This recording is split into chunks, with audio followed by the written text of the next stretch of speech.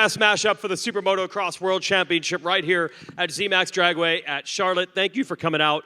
Like I said, I don't know why fans are over at that Honda truck. They must want to get some sort of thing drawn or written by a rider. I don't know what the appeal is there, but it's for Lars. They want to talk to Lars. Yep, it's for Lars. Welcome to the show. We are the SMX Insiders. Jason Wygant, Jason Thomas. We'll have some considerably more credible and big name people coming on to speak. It can't get worse. It can't get worse. It's the upside. SMX Insider just took a big step up. I saw you did an interview today with the shirt on. Well, it wasn't necessarily the plan. No. But we are trying to grow the brand. That's true. I don't know if you watch our show every week. Maybe you watch some others. We'll talk to those folks as well. But welcome to the first round of the playoffs. We're going to be bench racing about that for the next hour or so. JT, we've been building toward this all year. It always impresses me when we get to this race. Okay, look, I'm going to be honest. I feel like Supercross and Motocross, they've had 50 years to refine the product. I'm always pleasantly surprised that the riders, they seem to dig the hybrid track, which I would not expect. But I don't know if it's because they're here for the challenge or maybe they think it's fresh and different. But I'm always pleasantly surprised when we do the press conference at noon that they're kind of pumped on something different. I think you said it. Your last two words is something different. That's why. Yes. And if it was an abomination, you would hear about it. Yes. But yes. The tracks have steadily improved over time. We figured out what didn't work versus what works. And I think the riders, you really start to get burned out on anything. By the time we get to Salt Lake City and Supercross, everybody's like, I can't wait till motocross, just because it's something different. Yeah. And then you start hearing them, Ironman, like, I would rather do anything than laps on a motocross track right now. Yeah. So it's just change. And the beneficiary is really them because there's a ton of money on the line. We have this brand new championship. And I'll tell you, the one guy that I was worried that was going to kind of be burnt out and not really into it was Justin Cooper. His press conference today, super pumped. Like really, genuinely fired up, which I was really happy to see. You guys are probably saying Justin Cooper has fired up. He has that inside him. Well, it's a relative term. Yes. It's a relative term. But he was ear-to-ear grin the whole time. He was. And certainly having the red plate for the first time was a big part of that. But guess what? He earned it. He earned it. And you want to say, okay, well, he didn't win either championship, fine.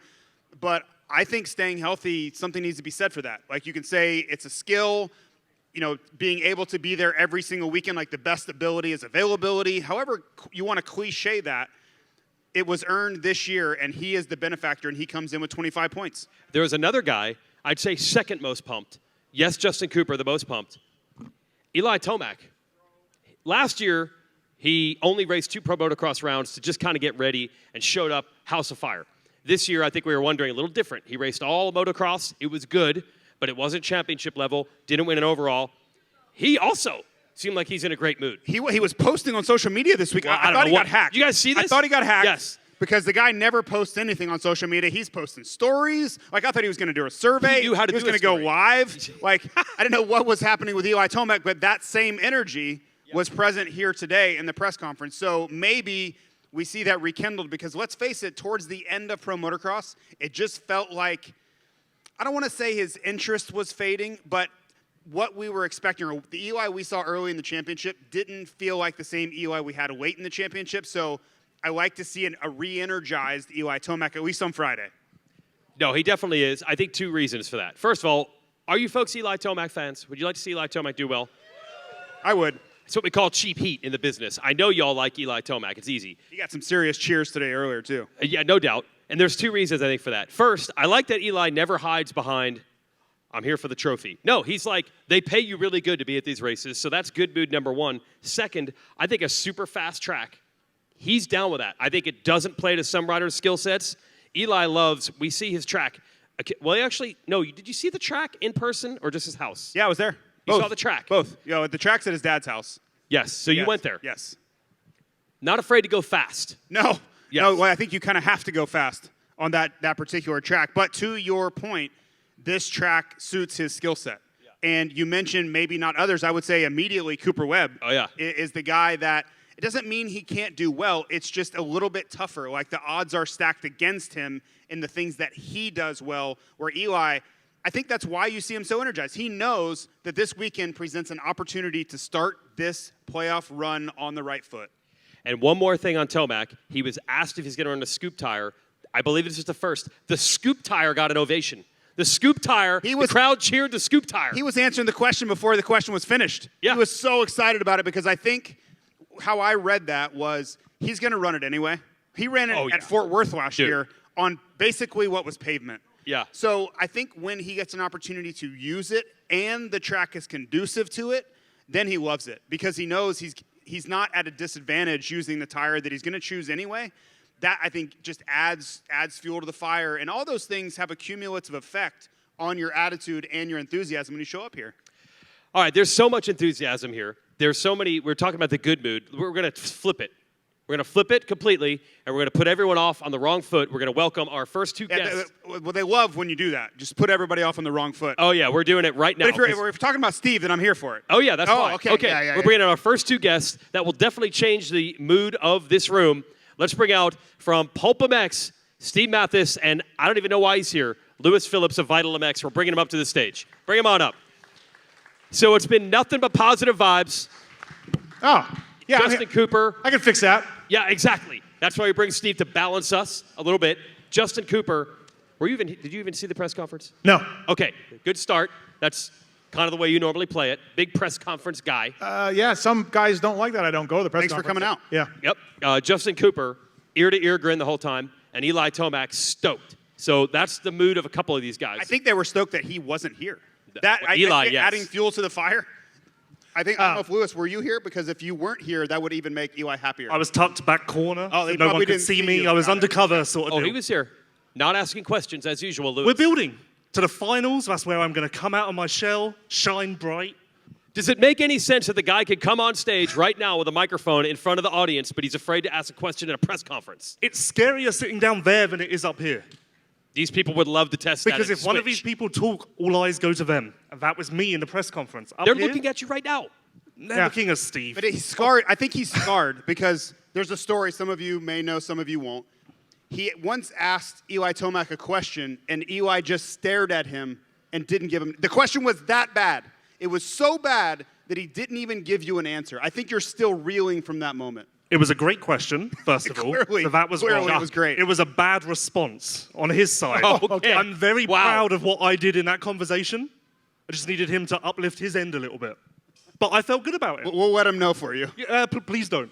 I don't think he felt that way. So Steve, bring us back down here. We're picking guys that normally don't even feel. You don't really get the super pump vibe out of Cooper, Justin Cooper, or Eli very often. They both had it today. Well, so bring us back. I mean, we're a year away from Eli, Jet, and Chase kind of unloading a little bit on the length of the schedule and how hard it is at Dallas SMX last year. And Eli in the press conference is like, I don't know, man, it's great. It's a lot of money. I don't care. Yeah. I'm cool. Yeah, Eli was like, cool, man. Like, I love it. So I think, look, we talked to Cooper Webb last night, and I said, listen, Cooper, like, it is a long year. We get it. You didn't do all the nationals with a knee injury. But, like, how much of it is for riders like yourself, just the financial incentive to come out and race it? Cooper's like, yeah, like 90%. There you go. Like, you know what I mean? So, like, the money that is put out here, you guys, for these athletes, like, they really do care. They're here to win the money.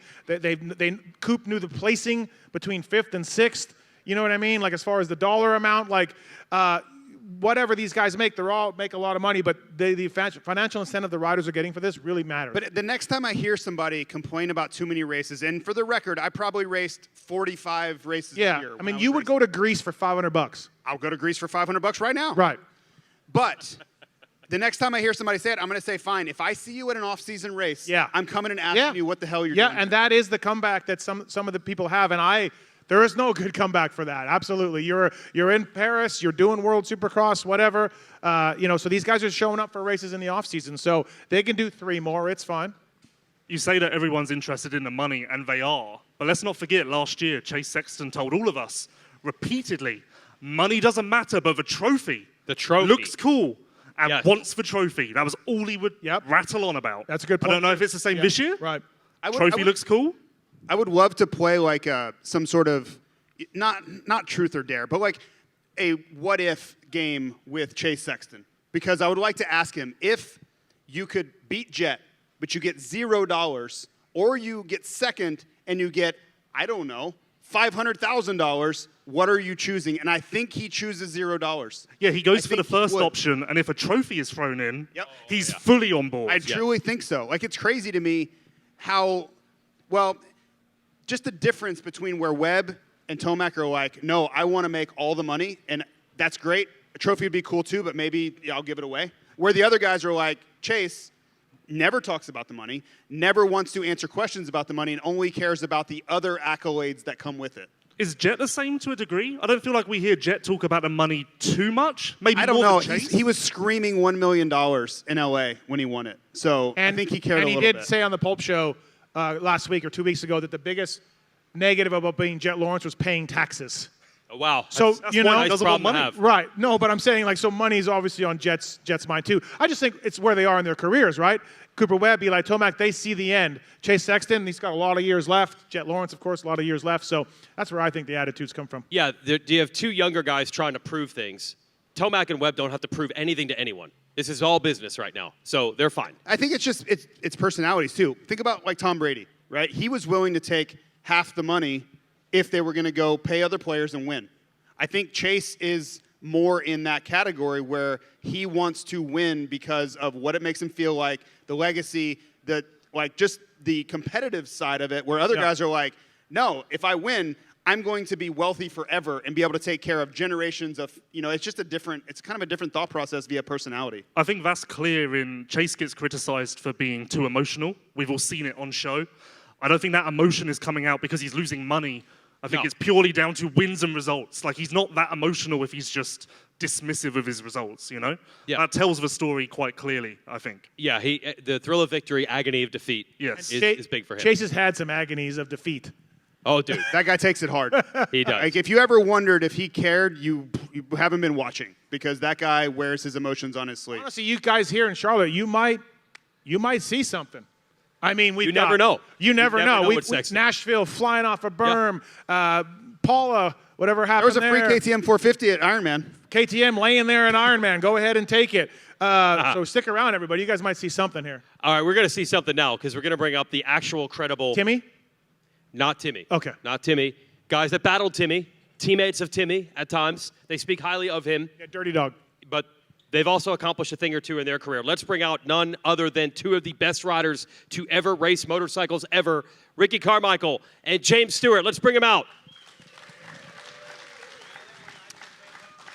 Yeah, they were good. They were not bad. They were okay. I mean, JT got lapped by both of them. I stood in the mechanics area and watched it. You know what I mean? We got front row seats to that, to their greatness, week in and week out.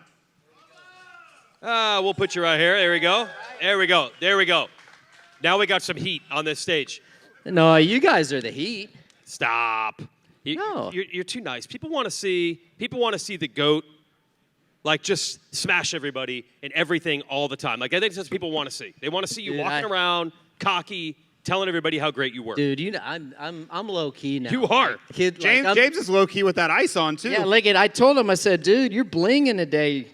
Looking good, dude. I forgot my pass. I needed to be able to get in somehow. That'll do it. That'll do it. That'll do it. It's like the That's yellow right. vest. Best credential in the biz. Yeah, but I love it, man. You've checked it out the door. Like, Jet Lawrence, Haiden Deegan, whoever's coming on strong, who's ever great, you just give them full props. Yeah, it's funny. We were having this conversation, and it's just like, so this rivalry that they have, and I feel like one of them is going to get out alive and one of them isn't. And I feel like it's weird, not you know what I'm saying, but I just feel as though it's not like they're going to go, one guy's going to win a championship and then the next guy's going to win a championship and one guy's going to win a championship. Like, someone is going to do better than the other. And it's crazy. I feel like it's a gnarly like ride. zero-sum game, right? Like, as aggressive as they are towards each other, with those, I think it's not even really ego so much. It's like the competitiveness that is about to show up between those two. Yeah. I kind of agree with you. One of them is going to win out, for sure. Like, there can only be one winner, and I can't see him going 50-50, swapping championships. Well, you know what? I'm really curious to see when Haiden gets there, if he's not quite on the level yet and he's just getting beaten consistently, how does he process that mentally? Well, I mean, that's the fun thing about it. You know, he might process it quick. It took me 2 years to get it done. It took Villo 2 years to get it done. It's just a different beast. I think he'll figure it out. I just think he has that something special, like a few guys do out there. But to land my plane, I go back to, like, my rivalry was with Chad Reed. I mean, a lot of people say that Stu and I had a rivalry, but we grew up together, and it was just different. I feel like our rivalry was. But I remember sitting on a plane. I think we were leaving Syracuse with Chad, and we just started making a little bit of small talk. We were basically in a situation where we had to talk to each other, and because you said you did not talk to each other. Yeah, you did not talk. It was crazy. It wasn't even fun.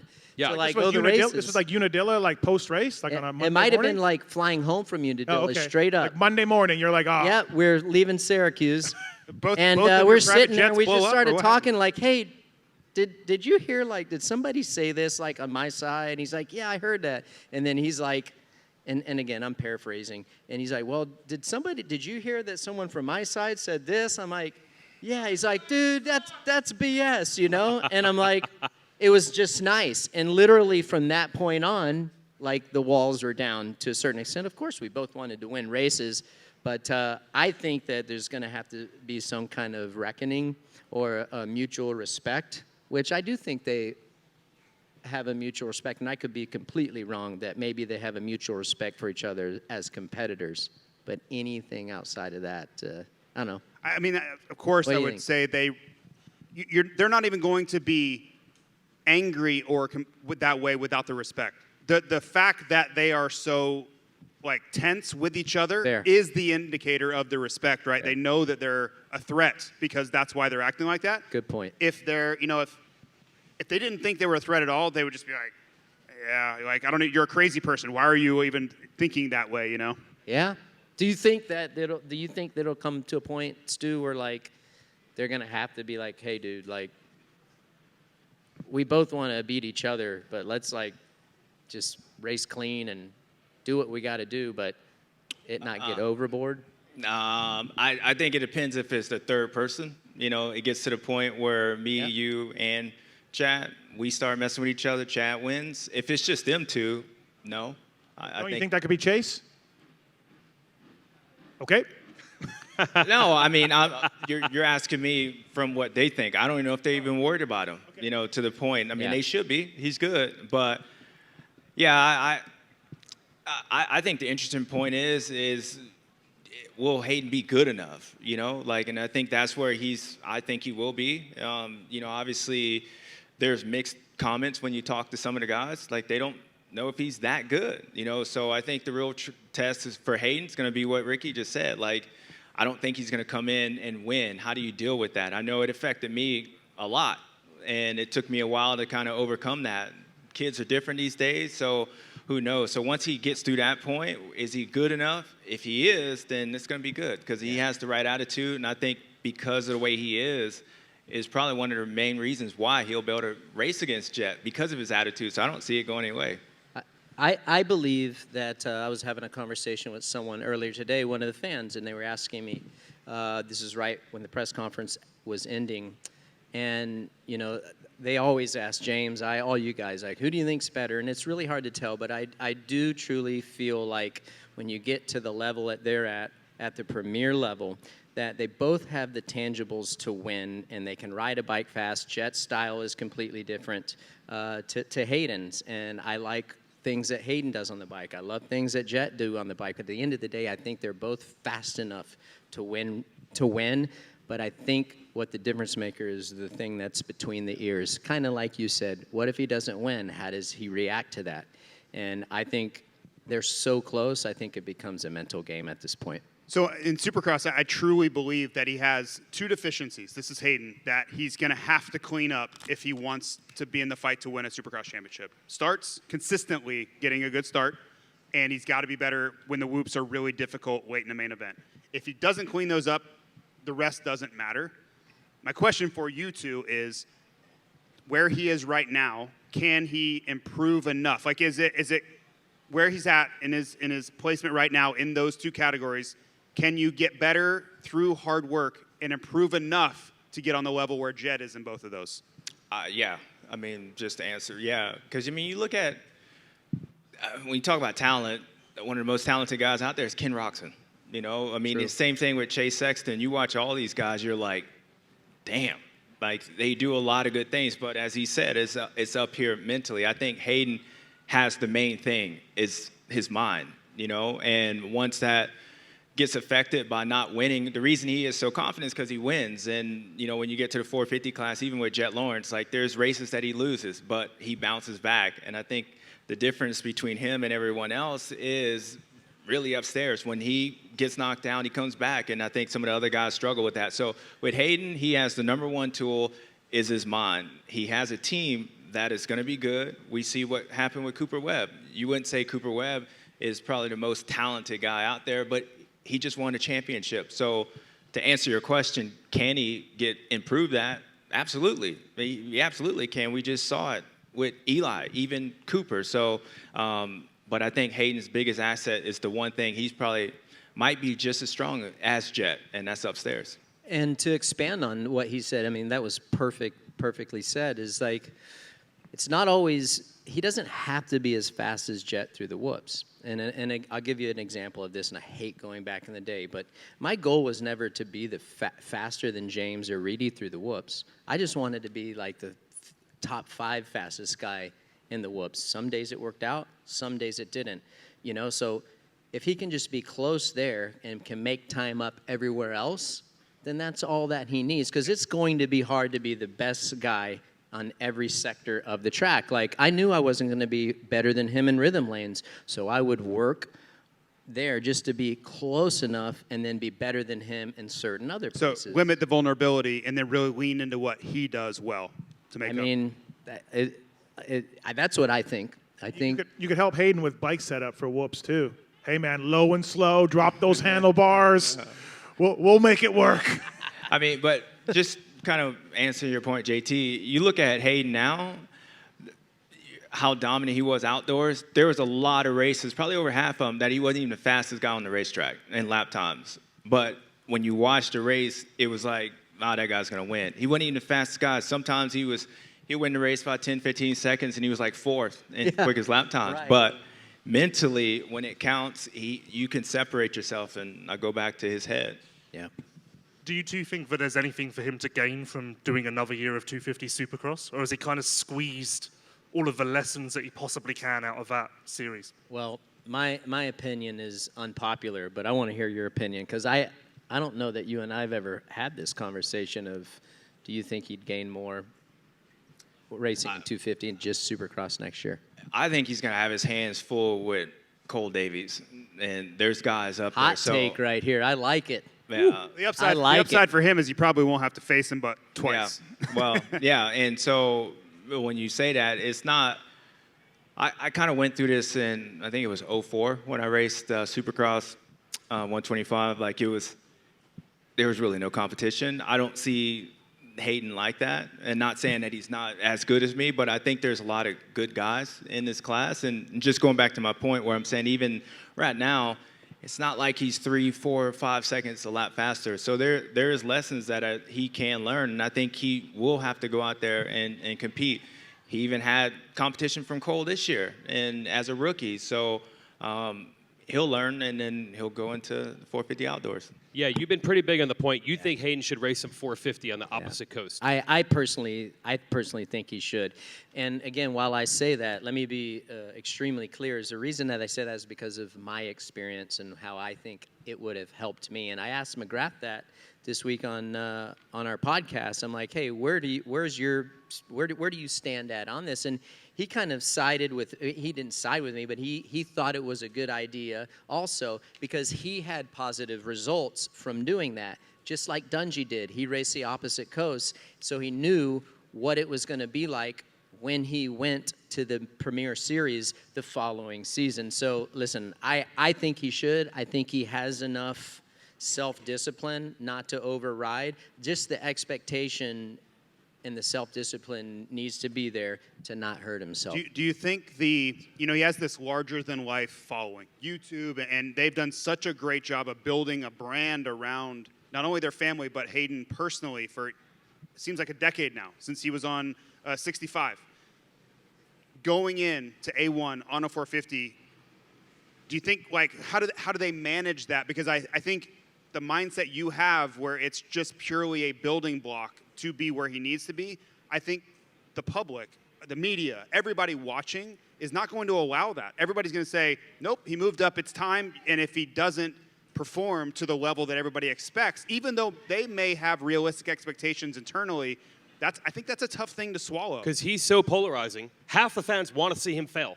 Half the fans want to see him succeed. So whether they say we weren't expecting to win, if he gets 8th, half those fans are going to be like, ha, ha, ha, ha, ha. Yeah, and I guess the only way to do that is be really out in front of it. Like the first time you announce it, say, I don't expect to really do anything. This is purely a learning experience. It's the only way possible to kind of just damper the expectation a little bit, because you know it's going to be a media frenzy when if and when he does that.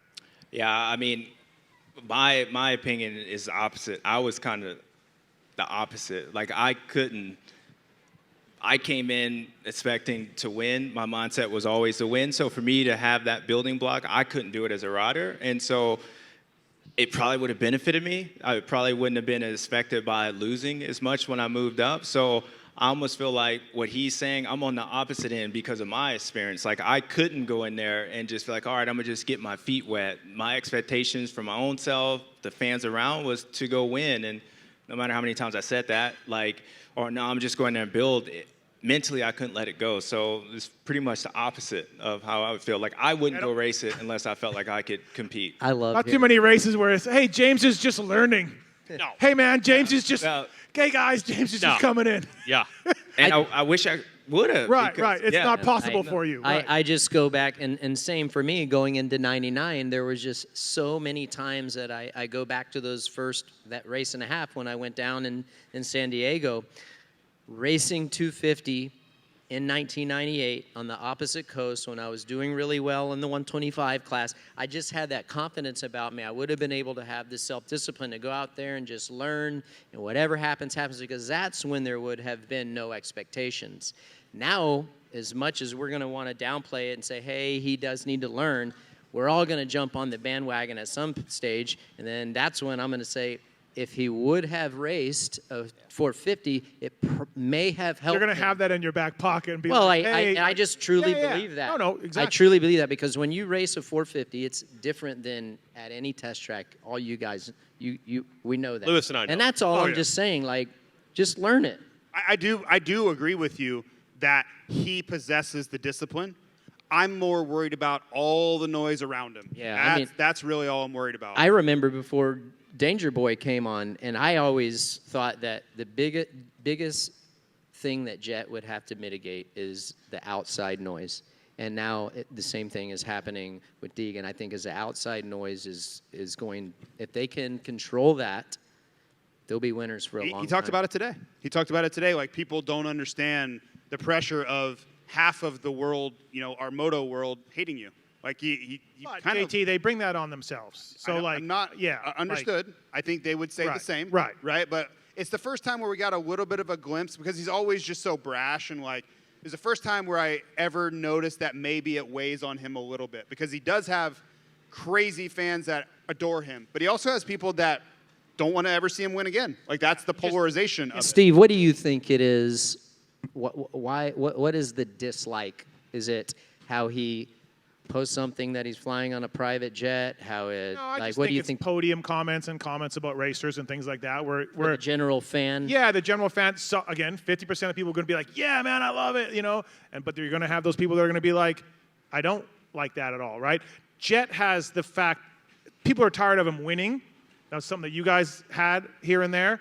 But Jet's personality, I think, is pretty great. He's pretty gracious to everybody. He handles it really well. And Brian and Haiden have chosen to sort of WWF it up, and that's fine, but then you can't sit back and be like, what? Like, you brought it on yourself. And, hey, that's cool. We need all aspects of our sport, but, yeah, they can't expect everybody to love it. And the nature of sports, it doesn't matter what you do, someone's going to not like you. It doesn't matter. That's where we're at with Jet. People just don't like him because he wins. And, there's other things with Jet. He's from Australia, and he's coming to win an American championship. And there's Still think there's some of that? I've never bought into this Really? Australia thing. I've never, ever thought. I think that's what they think. I do not think the Australia thing has anything to do with it. So you don't think that any fans in America don't like him because he's not? No, I don't. Oh, none. Zero. None. Zero. Oh, You are come like, on. It's a big. problem It's a was big cycle. they didn't want. What do you think? I actually agree with you. I What think fan? You Yeah, think dude. it's All Oh right. my gosh, One- you are insane. Have you gone on YouTube? Well, Ever? there's the difference right there. You either like him or you don't. Like, Am I- I mean, my that's mic on? the Hayden. Did I cut my I don't mic? think Yeah, any. cut our mic. I, Yeah, what, they what I cut do you off. think, I think, was so bad. I think his sense of humor and a lot of the Australians that I know that I really respect, I think that their sense of humor sometimes gets lost upon certain people. And Yeah, they- it gets taken the wrong way. I think Correct. they That's don't like what I other think. stuff, and then they got to find something. They're like, there's something about it I don't like. I'll go with the Australian thing, but I don't think that's the actual reason. Well, you can't qualify it. If they're telling you that's the reason, I don't think people always know what that's they're. the reason they're saying. But deep down, like we're not psychologists. Like Yeah. I mean, We all love Kenny. I'll give an example. We love Kenny. Bingo and Joe. Yeah, Joe we've is seen it. awesome, dude. Exactly. We've seen over and Sushi. over that they can like foreign riders and dislike. I don't think it's an automatic just because you're Australian they can't like. I'm not saying it's automatic. You Yeah. just said that there's not one fan on this earth that thinks that. Which I mean, Okay. maybe Well, there's a I can handful, tell but I you don't it think is that's for the real problem. what JT is saying because I raced a pretty fast Australian guy, and I had fans come up to me and tell me that they were rooting for me because he Well, was an yeah, cut, Australian. we just might. he was different. No, I'm just gonna. And if that fast Australian was here, I would say it. Like, and he would admit Right. it. He's different. Like, he's just different. He's So- different than Jet for sure. From a personality yeah. perspective, Yeah. not even Heck close. yeah, he is. But I also had fans tell me they love Chad because they were sick of you winning and they were pumped somebody was beating you, even if he was Australian. That's how it was when I was racing McGrath. Totally. They're like, yeah, and then as Yeah, soon as all you of- beat him, they're like, Absolutely. oh, I hate you. I'm like, dude, Right. you were my friend last Well, you put year. the crown on. You put the crown on. No, where is he? He's not here. Put the crown Somebody on. made me do you it. did put Yeah. the crown on. They put it on. Put the Thank crown you. on. Yeah. Thank you. Yeah. I took the king out of his house a lot, too, real so. quick, and that Thank you, really Todd got Gendro. people mad. What's that? I think Jet won Oh. way too much, way too quickly, and the fans were not prepared for that. And they're like, I don't like the way this looks right now. Give me 2 years to square up with it. I'll find something to not like. He's actually not really cocky enough to say that's the problem. Tomac's not even here. He's not racing, so I can't even blame that. I'll just go with the Australian thing. I'll say one thing too. I think all of this, and we're not really talking about, Hayden's still 6 months away from coming to 450 outdoors, but I am worried about Chase Sexton going to his third bike brand in 4 years, and we're going to hear. we're running out here. We're running out. Dude, We're running I mean, out. so- But I do think on his day and week to week, Lewis, I'll stick up for you. Thank you. I think Chase can run with both of those guys. I'm gonna make Lewis upset here. Oh, okay. Go for it. I'm seated. I'll- I'm ready. Are you I'll going to talk soothe about the them. Queen? Okay, let me ask you a question, Lewis. What's the game changer for Sexton when he goes to Cowie? Oh, I don't have an answer for that. I think going back to the mental How's thing, he gonna miraculously become like no one's ever gonna beat him again? I think he's so disillusioned with where he is now that anything that's different is good enough to flick a switch That's in what his happened head. 2 years ago.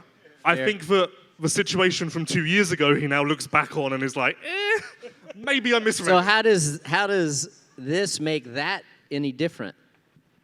I think if you've just got to follow your gut, haven't you? And if When it's what his gut's telling him, When you're looking at the bike and it's green and you're saying the grass is greener, where are you going to go when you're looking at some We other got grass? Ducati that's now. not We green? got Ducati coming in. We got Triumph. yeah, the good news is every time Chase moves, we add another manufacturer. So the field is playing to Chase. Straight up, I honestly wish that Chase would believe in himself because I believe above all else, the problem lies right there. There is no other problem. The bike's fine. The Honda is fine. The KTM's fine. I don't know that Cowie. Where are didn't you qualify Where are you at with it, 2 Stu? weeks ago. Where are you at with it? I mean, we're spilling the beans. Where are you at? Is it a game changer? I would say the Cowie is a better motorcycle for the way Chase rides. I'll say that. There we go. I say Fair he'll be point. better on a Kawasaki, even over the Honda, even over the KTM. I don't know if that changes upstairs, but when he's on, he'll But is that benefit from riding the Kawasaki. Is that like just an overarching, these are the way the bikes have typically been over decades thing? Because I've ridden OEM bikes and like 1 year to the next, it looked like they were a different brand. So are you talking about the current bike or are you just saying like the typical tendencies of a Kawasaki? Yeah, the tendencies of a Kawasaki. I mean, unless they decide to change the motor around backwards, They or might. something You like never that. know. And if they do that, but yeah, I mean, it's kind of like more, well, say somewhat like the Suzuki. A little bit, you just kind Stable? of all Stable-wise? stable, and I Yeah. think that's what he needs. Sometimes like things got to happen slower for Chase. We see when he's out front, he's a different rider. When he finds his groove, no one can beat him. Like he's in that. But it's when things start happening around, he's got to make quick decisions. And I just think overall the Kawi will fit him a lot better. Or I wouldn't say a lot better. He'll be better on the Kawasaki. And again, I don't know. I'm with Ricky on the same thing. Like I don't know if that's enough to change what he needs up here. But he can win on the KTM. I hope he too. does. Yeah. I hope it's good for him. I don't too. think it's completely mental, though, because I do believe that Chase is one of, if not the only guy out there who believes he can beat Jet on any given night. I do think he believes that. Well, So the the whole- mental thing comes into maybe letting exterior things bother him too much. I think it's more deeper than Well, that. the whole thing with Chase, in my opinion, is that whether he believes he can or can't, he's right. That like if he thinks he can, he probably can. But I think a lot of times he talks himself out of it because he thinks like the bike's not right or this or that Yeah. isn't right. Yeah, so the things around him, he lets them I gotta go to bother him a audience. little bit. Hey, too no, much. audience question. This is a lot of thinking. It's a lot of It things. shouldn't be this hard. Right? That's from a guy I mean, who we're didn't- like, dude, it's like I don't think You that won on your Jet Kawi. thinks You about- hated that Kawi, and you won. I hated the 03 CR and- 250. It's the and you worst won. bike Yeah, it was ever pretty made bad. that I Right. ever raced. And you, And I loved my team, but the bike was sucky. So, I don't think that Jet thinks about it like that. I don't think that Haiden thinks about winning and thinks about that guy like that. I just think they go race. Yeah, what he said. I'm with you. I'm with you. You talk to those guys. You talk to those guys. I mean, I know what you're when you saying. talk to them, it's different. Yeah, when you talk to Chase, there's a lot more explanation. There's a lot more, did you see this? Did you see this? Oh, I felt Yeah. this. Do you get that sense when you talk? Yeah, honestly, Jet interviews are fairly bland because he's just like, yeah, I won. It was great. And we're like, okay. yeah. And that is my point. Yep. And You it's not. And I Like, hate that for him. the best, I don't want him to be like that, but I think that's the challenge. the best example of this is in outdoors. At the start of outdoors, I repeatedly asked Jet, how can you be better? How did you lose that moto at Hangtown? Like, what's missing? And he could not tell me a thing. And he even went, oh, I never really thought of that. And he was like, yeah, that's never really crossed my mind. And I think the second that does cross your mind is probably when you end up doubting yourself, finding problems that don't exist, Bingo. digging yourself that hole. Well, and those problems, once you succumb to you being subject to the bike, that festers, right? And every time, if the bike's not doing exactly what you want, that becomes the overriding theme. Not like, okay, well, I've got to be a little bit better here or there, whatever, but I'll figure it out. It just like, nope, the bike's not right, so this is going to go down a negative path now. Can't think of any examples of that this year that have happened. I got to take an audience question. I can't I think of love it. anyone who did that this Sorry, year. dude. Go ahead. What's up, guys? How we doing? Good. How are great. you? Great. I was gonna comment. I think a '96 CR250 would have been a lot better than that 03. Dude, that thing was brutal. The what is it? Electronic power valves, were they? Yeah, they went Yeah. to that Woo. design. It wasn't. But it's just like it was Yamahas what were it good, was. though. They're like, hey, this is what you got. I mean, and you're just gonna have to figure out how to Let it make it eat. work. Ride it at like 14,000 RPM to make it Pretty work. much. our, yeah. our Yamahas were good. Oh, those Cheater bikes were bikes. good. They were, guys. I'm Luke from up in Maryland, Annapolis, Maryland, and my real question for today is: for the start, do you guys like the split start, and would you prefer the left side or the right side? This is geared more for the champions on the end. Thank you. I mean, I think starts are really mental. Really, I think guys,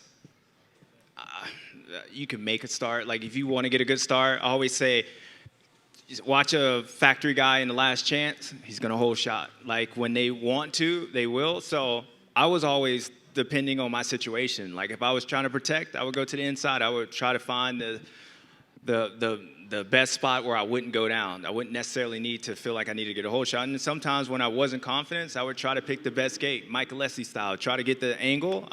So it was really just depending on where I was for me. But Yeah, I would probably go on the opposite side of where my competitors were, even if it maybe wasn't a little bit better, just to not be next to them. why?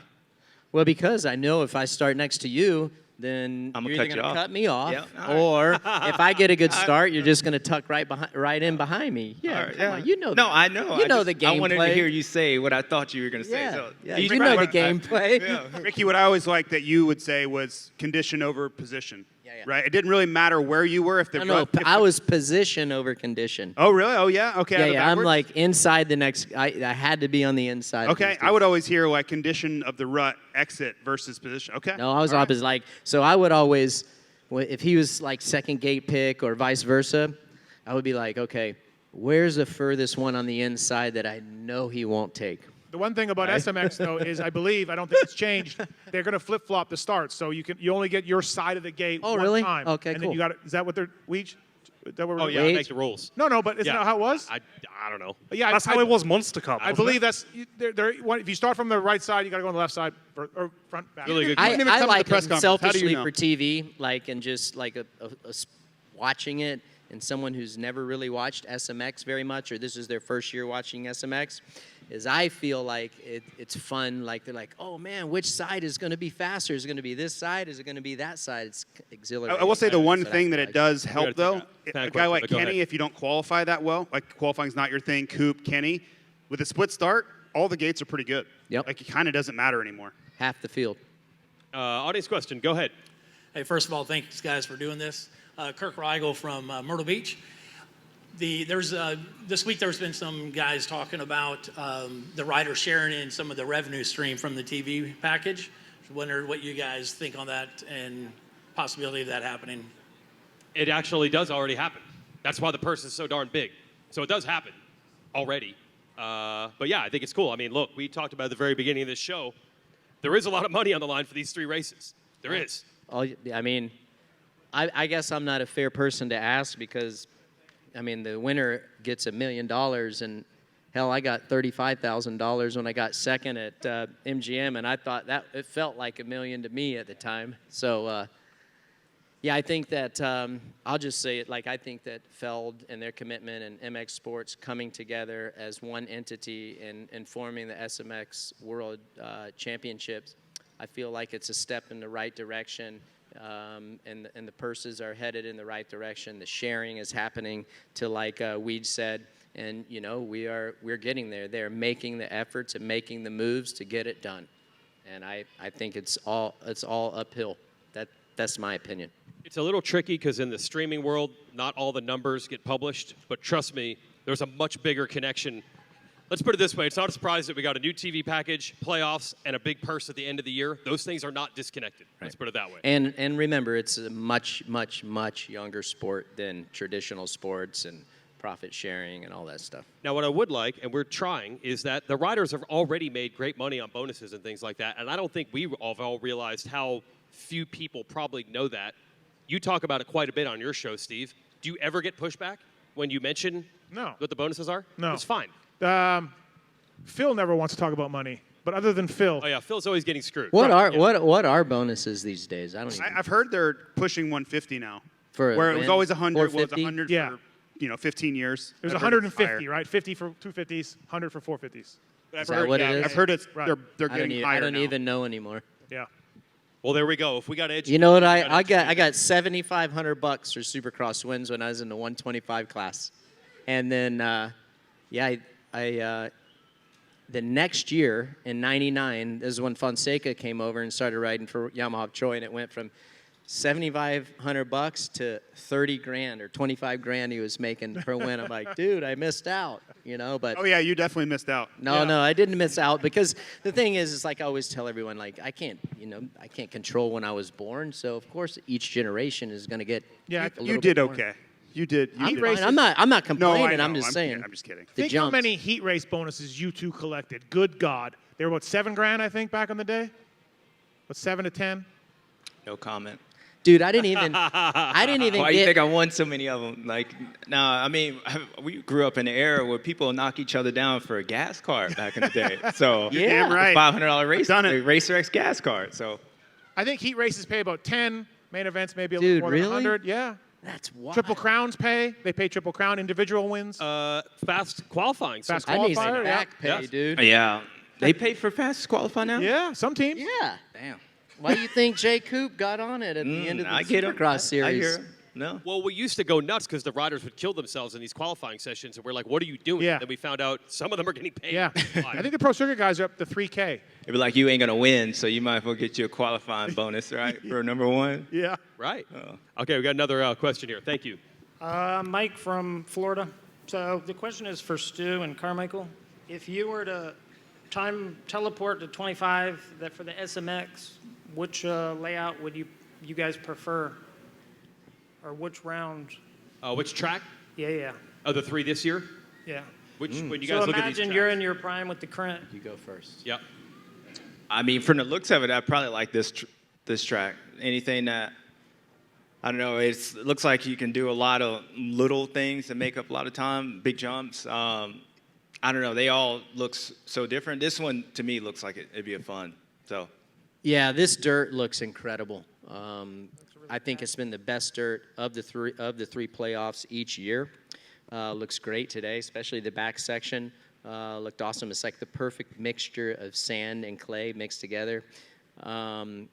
Selfishly, I can't wait to get to St. Louis because I think that's always been known amongst the in the paddock that's the best dirt that we see in the series. So looking forward to that, and that's where I won my last Supercross race. So that tugs on the heartstrings. So I'll give that a running. Yes, Stu was nice enough to get in a battle with Chad, and you guys wanted to wrestle on the ground, and you let me by. I appreciate that. Yeah. I remember pulling up to you after the race and forgot that you won. I was so mad at Chad. I'm like, oh, yeah, good job, man. And I wanted to get him, but. Yeah, I like, chill out, bro. Yeah, that was hot. Oh, yeah, that was good. I was like, I needed a video. I needed my meta so I could, like, video you guys because it was good. Yeah, you had the best seat in the house. Oh, of course. Yeah. It was great. It was cool. Yeah, you only did half the races your last year, but you made sure St. Louis was Well, on the list. because I knew, like, it was fun. Like, and I'd run third a lot in the 6 or 7 races that I did, and it was fun watching these two battle because I knew they were going for the championship, and they were pulling out all the punches. It was a lot of fun to watch, at least from my standpoint. Thanks. That's a good question. Yeah, it'll be interesting to see Good the question. St. Louis one. Going to be a lot different. Good. Hey guys, thanks for doing this again this year. I'm John from 20 minutes up the road here in Concord. Yep. My question is more geared to Stu and RC because they are the top riders here, but any of you guys can answer. So this is the 3rd year here. They've kind of expanded the outdoor section a lot more this year, and like you said, it's like very loamy dirt. I even heard McElrath say it's more outdoory than the last 2 outdoors. Do you think they're gonna have more of a struggle with setup this year than last year? Because I think they all try to stay on Supercross for the rhythms, but with all this outdoor fluff, can we see maybe some shakeups tomorrow? More setup talk. Here we go. Setup. It's all about setup. You were a professional mechanic. Some don't say professional. Was it tough? Or is it you think they're going to struggle more? I mean, we have heard the riders complain more about their setup at this race than most races. Tomac did today. He even Right. did today. So it is tough to set up for sure, but just riders and setup, man. What Chase- do you think? Chase You think is- it's going to be Lewis tougher is- for him, or like what do you think with it being more outdoors? Like what he's asking. Yeah, I mean, I didn't really get to see the back part of the track, so from what I've seen, I mean, it looked normal, but people have been complaining about setups today. Yeah, it Yeah, was. they run a Supercross stuff here for the rhythms. You just the biggest rhythm. So guys way lean towards Supercross. They tried everything, and then you sacrifice in the dirt, right, in the braking bumps in the outdoor section. So then they come back and they tell us, media guys, I'm not that happy with my bike, and we go, okay. I feel like, I think I'm going to give most of the teams the benefit of the doubt on this, that they've got it kind of honed in. I think the biggest thing is, what is that dirt going to be like? Is it going to be soft in places, hard in places? I'm not sure. If we don't get any more rain tonight, I don't think it's supposed to rain tonight. Certainly we'll dry up with sun baking tomorrow. But this is where I love, and this is where I love seeing which guys, kind of what JT was saying, which guys can manage an ill-handling bike the best. And I think that's what it's going to come down to tomorrow. Yeah, being uncomfortable for the riders is rare, right? These guys got it so dialed in, and Yeah. we got data, and they come back, and they've got GPS, and these bikes are so tuned so well. I'm no longer a mechanic, so things are working well. I like to hear the riders be like, man, I was fighting my bike, Lewis. We've heard a lot of that. over the years here. I like it, you know? Yeah, I feel like exceptionally this outdoor season, guys are unhappy with their bikes. So if they're unhappy and can't figure it out in 11 rounds of pro motocross, how are they going to get happy here? We had one guy who didn't want to race at all. He didn't try Anyone to in qualify. particular, or I in really general? feel like... I want to ask James this, because we literally talked about Stu on all that stupid Prado stuff, all my shows. Is this Prado Pod now? Yes, Prado Pod Corner. time? It's Prado Pod. James, your name came up because, again, at JGR, when you switched to the Yamaha, didn't like it, didn't work out. You ended up on the ground a lot. And we drew parallels to Jorge and his dislike of the Kawasaki to your bike. Now, you did not, you were pretty professional about it, from what I remember. Probably a lot of yelling back at the truck, but eventually, you know, you walked away from the team. And like we think Jorge is, how is that? I don't know how much you paid attention to what Jorge's interviews and social posts or not, James, but a different time now than you did it. But how is that as a rider that's just like, I can't get this to work. I've tried everything, and I'm done. And I'll see you later. Yeah, it was. We talked about this off air a lot. It was different for me because I don't know if I even yelled at those guys at JGR. To be honest with you, I mean, yeah, I yelled at them just as much as I did at everybody at Kawasaki or Suzuki. Like it wasn't. It got to a point to where we would go racing on Saturday. They would be at my house on Sunday night, and we would work. We would test, and we kept doing that. And I kept crashing, and then I made a decision myself. I'm like, I can't win. And I remember where I was. It was at Houston. I sat on the hay bale, and I was our tough block, and I was like, I can't win. So I went to those guys, and I'm like, guys, I can't win. Like it's in my mind, I'm not going to be able to win. You guys are paying me to go out there and win. We're working just as hard if we're getting 20th to win. And so partly my decision was because of how hard they were working. I mean, think about it now, maybe it was a mistake. I mean, I'd probably be Bubba Stewart, not Bubba Wallace, right over there. Like, I had a NASCAR deal set up. Like, I walked away millions of dollars. And it was not just me. It was, I want to race. I want to win. We as a team, we're all working. And those guys are leaving their kids, their family to come down here and work. And so I just went to them and said, look, I don't want to do it. Like, and I'm not going to be the guy that's going to come out here and ride around 10th place. I'm not okay riding around in 5th place. So it's going to be miserable. And then eventually, that's Prado's bike. Went over. I'm Yeah, just so there not was no gonna show yelling. up. There was no Yelling animosity, really. Yeah. No, I mean, yeah, it was yelling. But what I'm saying was Yeah. there was nothing different on how I treated those guys compared to Kawasaki. It wasn't, they're not working hard enough. Like, it sucked because I knew how hard they were working. But again, they were going to the races excited, and they were working hard thinking that we might have a chance to win. We'll put it all in James. And when James decided that I can't do it, they're going to still do the same work. And so I was like, look, I'm letting you guys know, like, I think we should separate because it's not fair for anybody, And so Jorge's situation, like, I've never talked to him about it. So I don't know if he's doing the same thing I'm doing, just going about a different way of showing it. Either way, I just think in Jorge's instance, I think fans and some of us are like, in the media are like, he's not really taking any of the blame here. He's saying the bike, and we're like, hey man, can you at least, because all these guys are working hard, can you at least be like, and there wasn't a lot of that. He's better than 10th place. Yeah, absolutely. I don't think Prado would be as polite about it. I don't think he'd say the same nice things about Kawasaki. But I think he came to the same realization of, like, this just is never going to work. I spoke to him at Washougal after press day, and as I left, I said, like, oh, good luck, like, pleasantries. And he looked at me and went, don't wish me good luck. Luck's not going to help. Like, we're past that. Luck isn't going to do anything. Jeez. And I was like, okay, bye. Yeah. Like, I was just being polite. But That's a bummer. at that point, he's gone. I hate it for everybody. Like, I hate it for Jorge. I hate it for the guys on the team who bust their tails. That's a great group of guys over there. And that team's doing everything that, I'm assuming they're doing everything that they can. That's the worst thing, to have a rider that is unhappy. And it's just a shame. That's my feeling on it. I really feel like SMX was where he was going to be happy with the bike. We missed the boat. This was what we were building to. This was going to be his jam. He skipped out too early. Here, he went back on Supercross during the break before Washougal and liked it. Okay, we'll never know. I checked in on this. The break between Washougal and Ironman, he loved the bike in SMX. It was the best thing ever. apparently in the weeks that followed, we moved on from that in a more negative direction with the SMX bike also.